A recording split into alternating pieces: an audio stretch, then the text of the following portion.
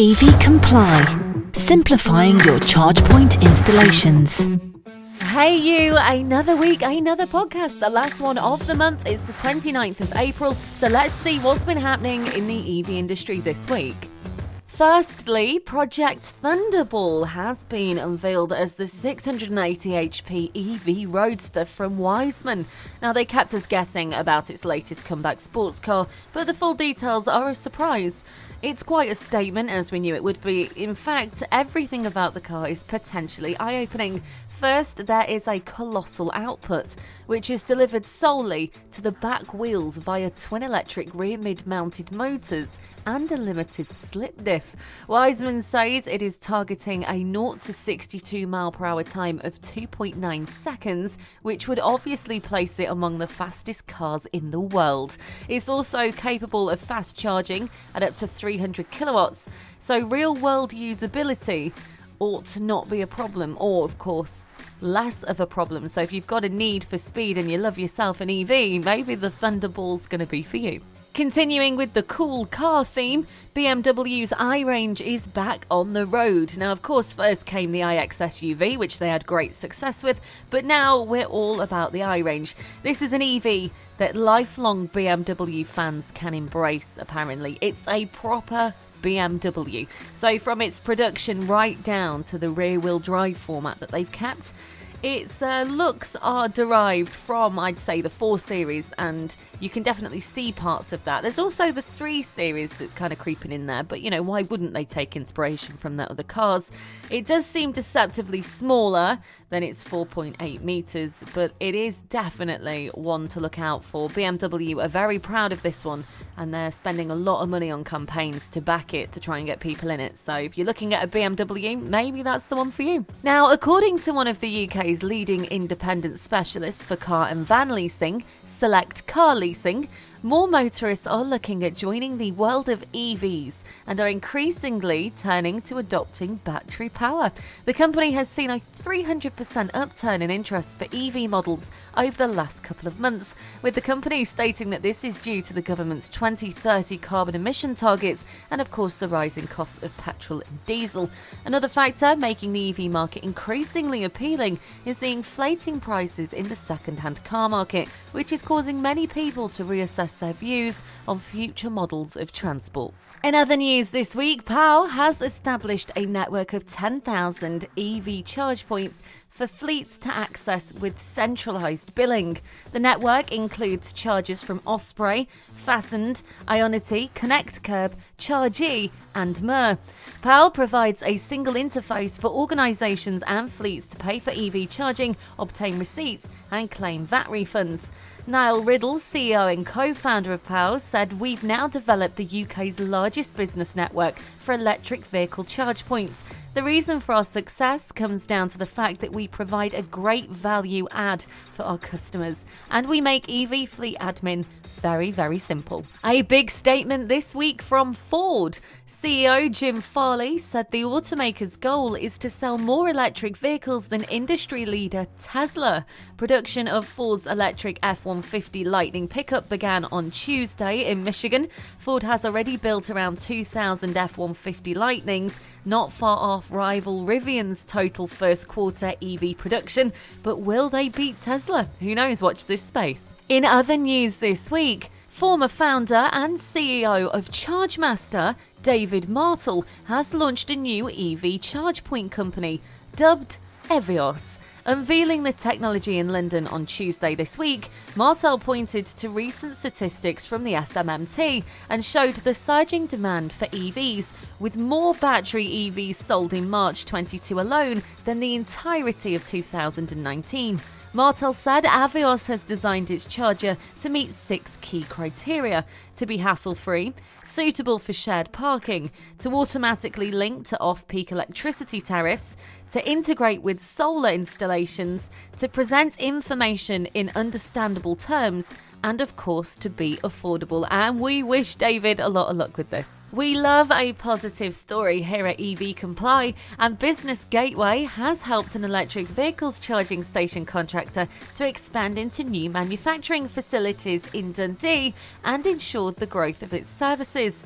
Tronius, based in Dundee, is Scotland's first business dedicated to providing EV charging points. They also provide support for clients to help them meet their electric vehicle energy and CO2 targets. Founders Jamie Duffy and Siiki Payne worked with Business Gateway to secure their first premises at the Michelin Scotland Innovation Park in Dundee. Now, with this move, the business can now take advantage of the setup which connects industry, academia, government and of course the local community, whilst also enjoying space to grow. This has allowed them to expand their offering and develop the Highland Pod, which is a shipping container that they have developed into a prototype mobile EV charging hub. We love the idea and we think everybody should watch this space. Now, going from Scotland to Belfast, a startup has announced its plans to invest 20 million in 1,500 new electric vehicle charging points across Northern Ireland. Weave said it will install the public charge points in at least 350 locations by the end of 2040, including 6 major ultra-rapid charging hub sites capable of fully charging vehicles in under 20 minutes. The firm has been jointly set up by Thomas O'Hagan, best known for its IT and telecoms company B4B Group, and Dominic Kearns, who is the current chief executive of Fibrous, which is currently rolling out Stormount's £197 million Project Start and Broadband scheme. Their company, Data Invest, also owns B4B.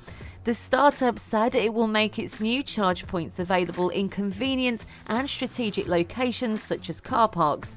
Weave said it will also offer electric vehicle managed fleet solutions and leasing. Now, who doesn't love a good stat, particularly when they're going from strength to strength? Now, there has been a 15-fold increase in choice of EV model in the UK since 2011, as well as, on average, more than 3 times the battery range compared with a decade ago. Now, this is according to new research by the Society of Motor Manufacturers and Traders, or the SMMT as you'll know them.